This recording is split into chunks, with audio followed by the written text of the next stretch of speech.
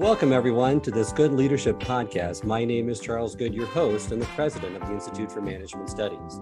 This podcast is designed to provide you with actionable insights and tools that you can use from discussing the research, stories, and background from recognized experts and practitioners to accelerate your impact in your current role.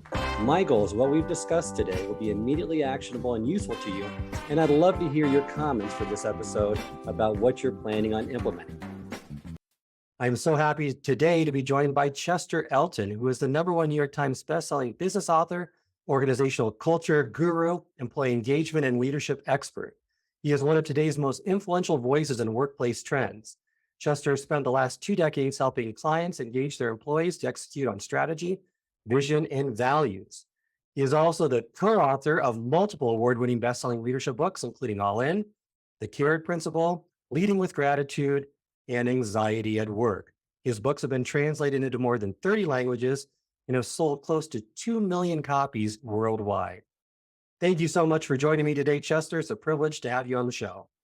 No, thanks for the invitation, Charles. I'm pleased to be with you today.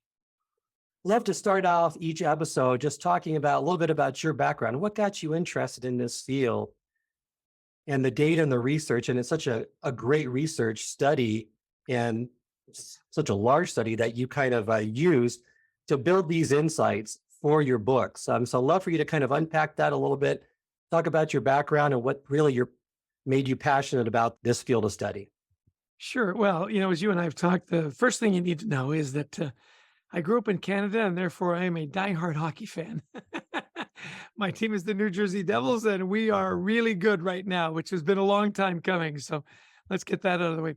My co-author, Adrian Gossick, and I, we've been studying workplace, culture, leadership, teams for just over 20 years now. And it's been really interesting that one of the reasons that we got into it is, like you, and I'm sure most everybody that's listening to the podcast, we've had jobs where the alarm clock went off and the last thing you wanted to do was go to work. The culture was toxic. You didn't feel like your boss supported you. You didn't feel like your work was valued or recognized, and so on and so on.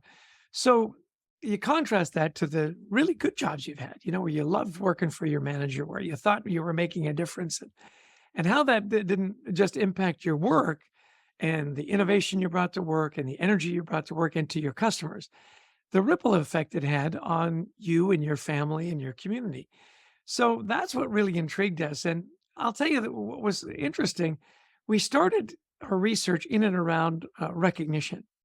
My favorite color is orange because the first 7 books that Adrian and I wrote, they had carrot in the title. It's all about more carrots, less sticks, right? More recognition, less punishment, a culture of gratitude.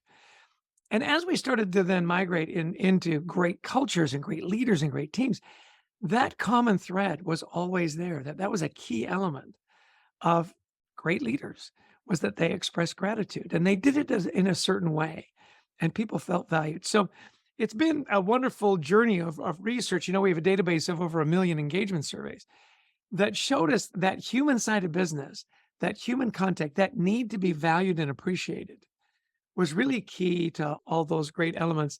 That leads us back to, and when the alarm clock goes off, you're pretty excited to go to work. And, that's a gift. Yeah, I would agree with that. And that's so important to have that great culture at work. And really, it started with that kind of the carrot principle. And I'd love for you to go in a little bit about building the carrot culture at work. What is that? And then maybe we can transition into employee engagement. Yeah, well, actually, what we found is the #1 driver of employee engagement was gratitude. It was the carrot. That when I believed what I did mattered, that I made a difference, and it was noticed and celebrated, everything got better. I mean, your return on equity got better, retention got better, customer loyalty got better, but customer engagement got better. And all those metrics that we're looking at now, as you're looking at the tumult that we just came through the virus and political unrest and wars and rumors of wars, as they say in the Bible. So, as you go through that, you take a look and say, wow, is it that simple that if we value and appreciate our employees, that we can impact all those indexes? And actually, it was quite delightful to find out that, yeah, that is the case. I'll tell you the pushback we got, though, Charles, which was always interesting, is those kind of leadership skills are seen as soft skills and nice to haves, not, hard skills and must haves. Well, I think the pandemic really turned upside down is that the leaders that had the best soft skills got the best results. Because more than ever in all that uncertainty, we needed reassurance that what we did mattered, that we were important, that we had a future at work. And no better way to reinforce all that than simple expressions of gratitude. Our first big research study was the carrot principle. We did it with Willis Towers Watson. It was a global study. We looked at all the major economic centers in the world, and we found that the three most common elements of engagement was I had an opportunity to learn and grow. I had trust in the organization. I trusted my leaders. I trusted my company. I trusted our mission and values. And a really interesting one is I was proud of the company symbol. In other words, I was proud to tell people where I worked. Well, as we looked at those three, and they were universal, whether it was Asia or Africa, East, Western Europe, North and South America, is we said, that's really interesting. What are the drivers of the drivers? The number one driver of trust was communication. The number one driver of pride in the organization was we kept our promises. But the number one driver of the number one driver, which is I had a place to grow and develop, was gratitude. And by the way, it was the number two driver of trust and pride in the organization. So again, we come back to the best leaders. And I'm sure you could look at your career and say, the leaders that I really loved working for were people that appreciated my work and made me feel really good about what I'm doing. So that was our first big affirmation. And gosh, that was back in, 2007, 2009. And now fast forward to 2022, those principles are even more important. In fact, we did kind of a redo of the carrot principle in our book called Leading with Gratitude, and found that all these years later, those elements are still there, still the bedrock of great cultures and great leaders. Kind of fun, huh? That's great to hear. And do you find that post-virus, and maybe we're not post-virus, but coming out of this pandemic to whatever extent we are, do you see that leaders and we are more grateful, kind, and patient? Has that increased these attributes? Or are we moving in the wrong direction? Such a great question, because you say, well, if it's so obvious, are more people doing it? Unfortunately, no. The good leaders do. The good leaders get it. Leaders that haven't been coached up, that haven't had good mentors, panic sets in pretty quickly. And we go back to hey, I got to check the boxes. I'm doing more with less. I've got to hit my quotas, and I don't care who I kill to get there, because all that really matters is the output. Well, one of the things that the pandemic really showed us was that you can get tremendous output doing work in a lot of different ways. It's so interesting dealing with a company out of Virginia, and they just built these beautiful new headquarters, like cool offices, rocket fast Wi-Fi, snacks and treats and game rooms and everything you can imagine. And the pandemic hits and they can't use it. Well, fast forward 18 months later, the CEO says, hey, come on, everybody, come on back to work. I mean, it'll be so much more fun. It'll be so much more productive. When the head of HR said, I don't know if you've noticed, we've had the best 18 months in the history of the company with letting people have a more flexible schedule and work from home. So while, yeah, sure, come on back if you feel like it, let's not get crazy here.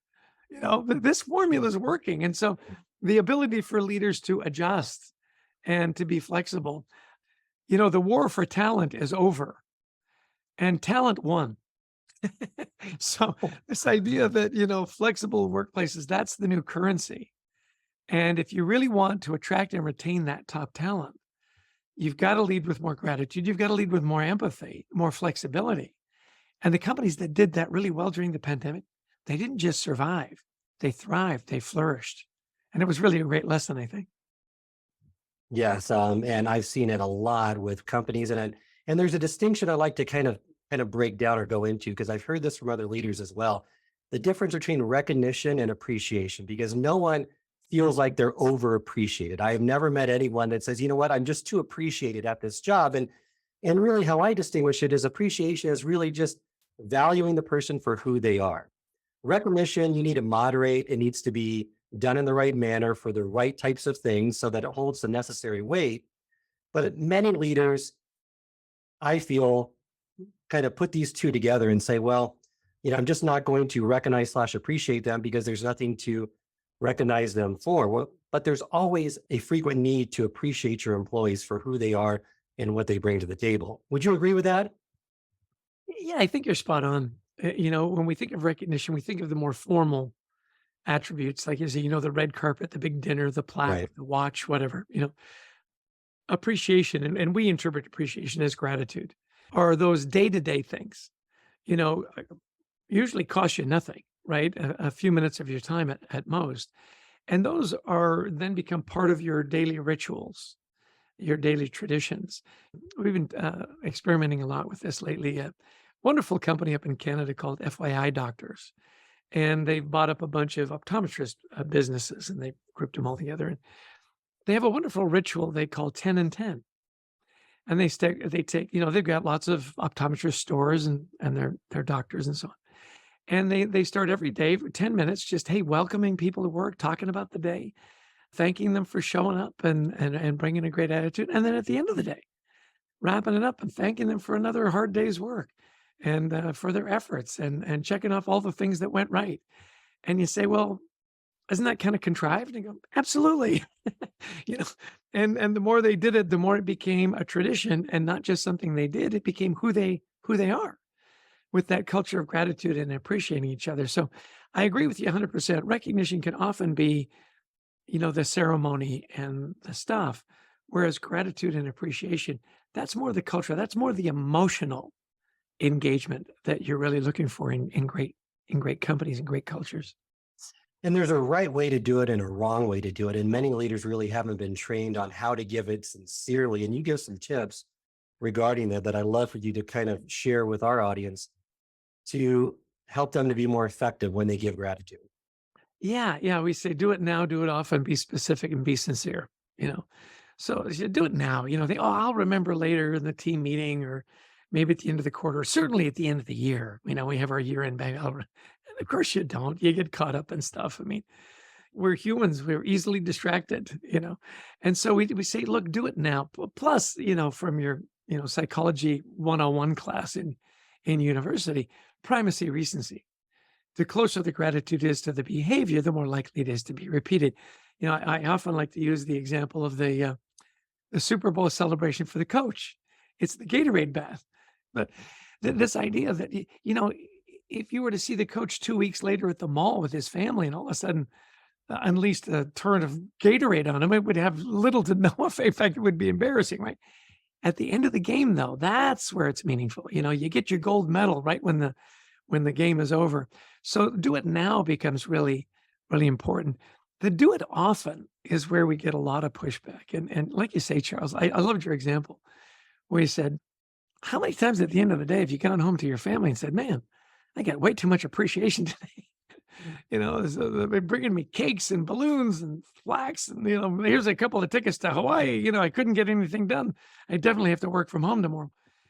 You look at all the surveys, Gallup has done wonderful surveys and Deloitte and go on, Willis Towers Watson. If you look at was I recognized in the last 7 days by my manager, it's almost always near the bottom. So, yes, do it often. Now, to your earlier point, which was very insightful, there's a right way and a wrong way to do it. You say, oh, yeah, I give lots of recognition, every day I come in and go, hey, great job, great job, great job. Charles, you're killing it, man. You are the best. You are the Tower of Pisa. Well, one of the things we coach leaders up on is general praise has no impact. Specificity has great impact, which is the third one, right? Do it now, do it often, be specific. Don't just say, hey, you're doing great, champ. I just love having your hair. It just doesn't mean anything. So what is it that I did so I can replicate that behavior again? Hey, I love what you did with that customer. They came in, they were pretty upset. You explained the warranty that we'd replace the product, whatever the situation might be. And they left, skipping and laughing. They'll be a customer for life. That's what we mean by extraordinary customer service. Well, I'm going to do that again. No doubt about it. And then the sincerity piece. We've all had bosses, right? Where clearly HR called them and said, hey, you got to be nicer. And so all of a sudden they brought donuts, or all of a sudden everybody's work was spectacular. And you just knew that they didn't mean it, right? The specificity gives you great credibility. Specificity gives you that genuine factor. And even though leaders don't do it maybe very well to begin with, the more they do it, the better they'll get. Practice is key. So don't worry if you don't get it right away. Keep doing it. The more you do it, the better you get. So I really appreciate that question and my long rambling answer here. To do it now, do it often, be specific and be sincere. And I hope that was helpful. Very much so. And I find that to be the case as well, especially with the sincerity piece, is always assume positive intent because it makes it sound more sincere. And this is not a habit that many leaders have built up in their skill set. So it's finding ways to do it every day. And you give a great example of Carlos Aguilar on just a simple daily practice or routine that I'd love for you to just unpack for our listeners, just so that that's just one idea, one example that they can take and say, that's a great idea. Maybe I can incorporate something similar in my workplace. Well, you touch on a great point there, Charles, that certain rituals can be really impactful. Carlos Aguilera is a wonderful leader in Dallas, Texas for Avis Budget Rental Car. His story is wonderful in the sense that it was an awakening for him. When he first became a leader, they did a 360 on him. And he's a new manager, right? Didn't have a lot of mentoring, didn't have a lot of training. The people that he managed called him a seagull manager, which meant that he'd fly in and crap all over everything and then fly away. Not a great leadership brand, right? Had a mentor that took him under his wing and said, look, Carlos, you're really good about pointing out what's going wrong. You're not as good about pointing out what's going right. And lots of good things happen every day to keep the doors open. So why don't you figure out a way to take note of all the good things? So he developed a personal ritual where he puts 10 coins in his left pocket. And he sets a goal to have 10 positive interactions with his people every day. And the way he keeps track is he moves a coin from his left pocket to his right pocket. We were interviewing him for one of our books, and it was noon. And he said, guys, come with me. I've still got 8 coins in my left pocket. And I'm running out of time. I'm not doing my job. And as we talked to him, he said, I can't always be with my people, but I can text them. I can phone them. I can write them a note. I can, copy them on a blast email to all their peers and the skip level leaders and really highlight their good work. Well, as you can imagine, it didn't take very long that when he did his next 360, he wasn't a seagull manager anymore. He was a great leader that people loved working for. His turnover rates were down. His profitability was up. Customer satisfaction was up. And what I love about Carlos is he took it home.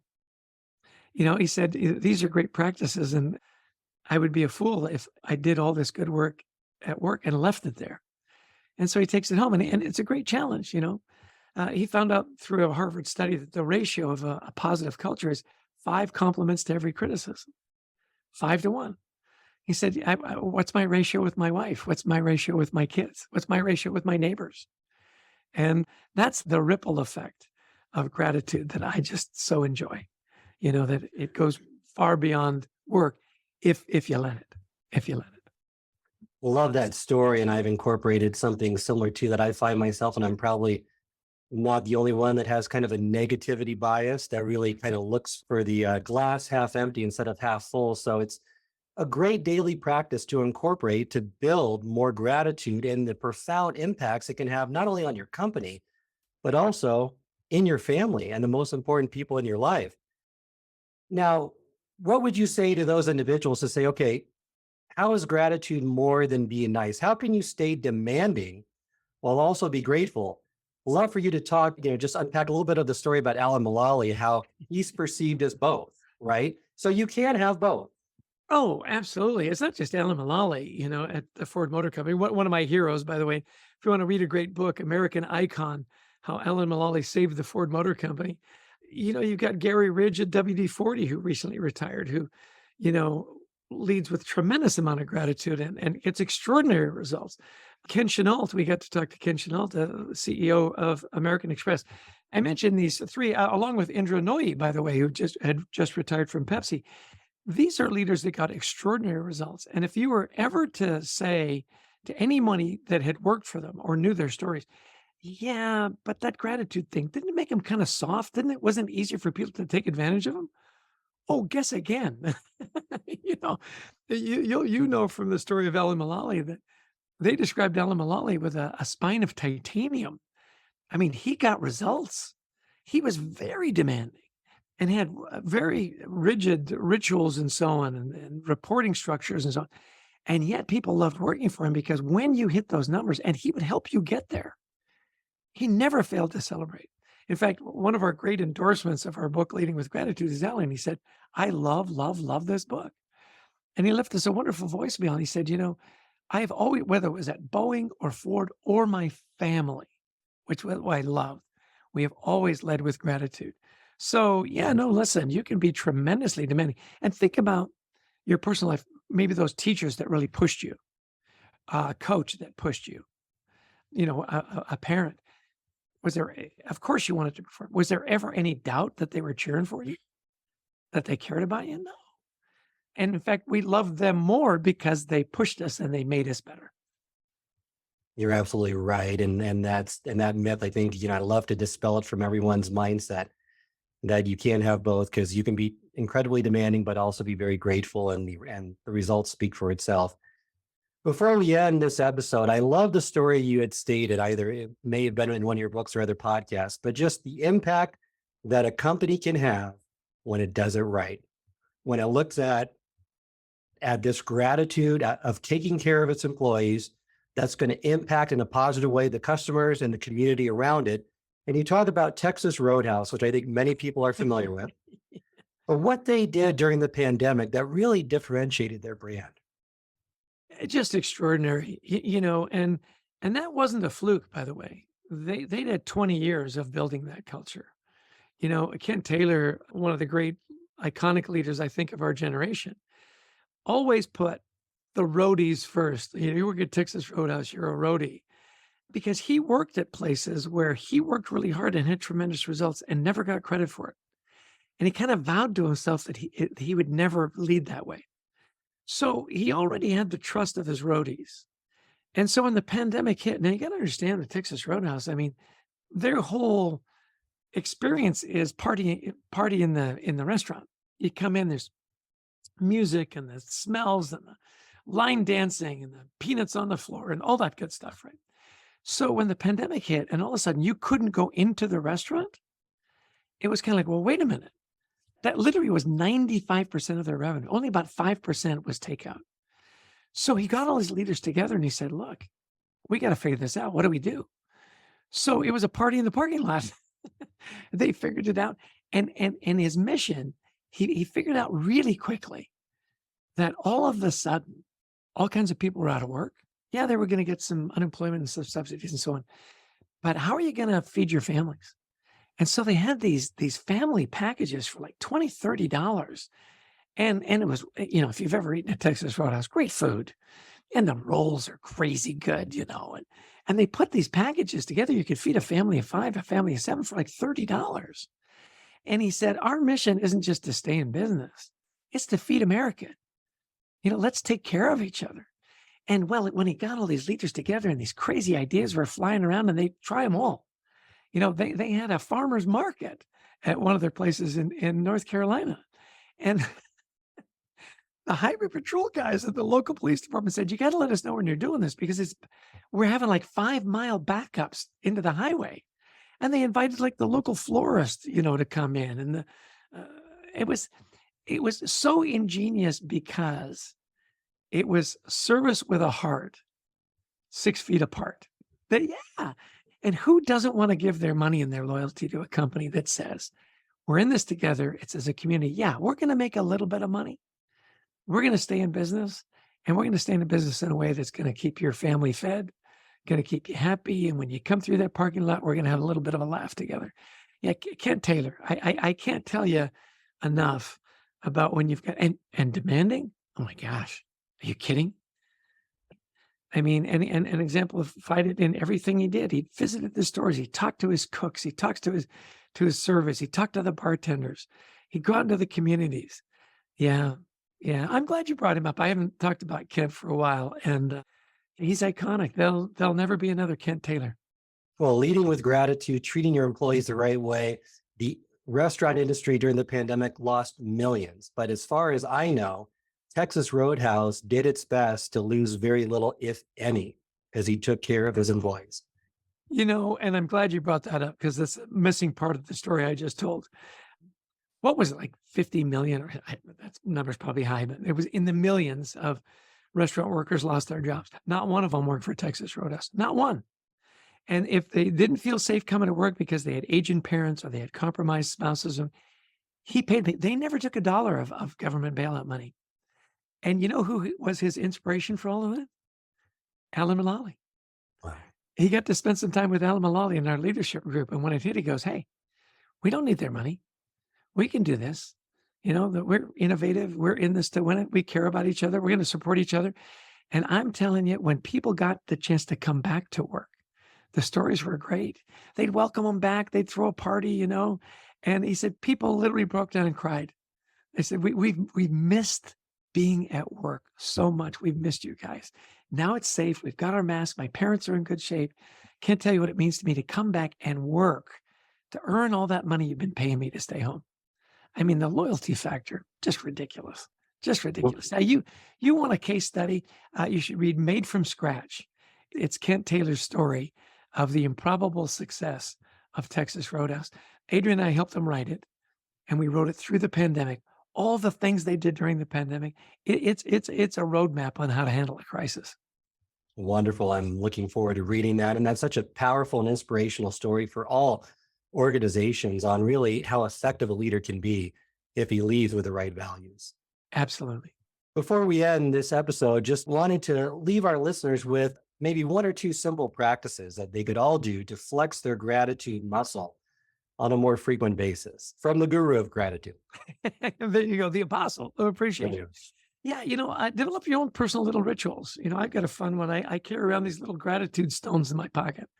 And I just look for people that are doing a great job, whether it's the waitress at the diner, the guy at the car wash, and I'll tell you, it's really interesting. I always love to say, I was at a hockey game the other day. It was a cold night, and you've got all the police officers that are holding the traffic so the fans don't get run over. I mean, it is Jersey, right?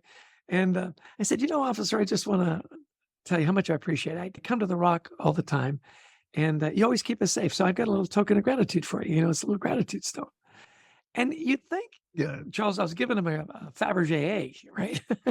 And I said, it's a stone because when you throw a stone in the pond, the water ripples, just like gratitude. So whether it's you're writing 3 thank you notes a week, or you give a little gratitude stone, or you have a morning text that you send out to your people with a little positive affirmation, develop a little ritual and stick to it.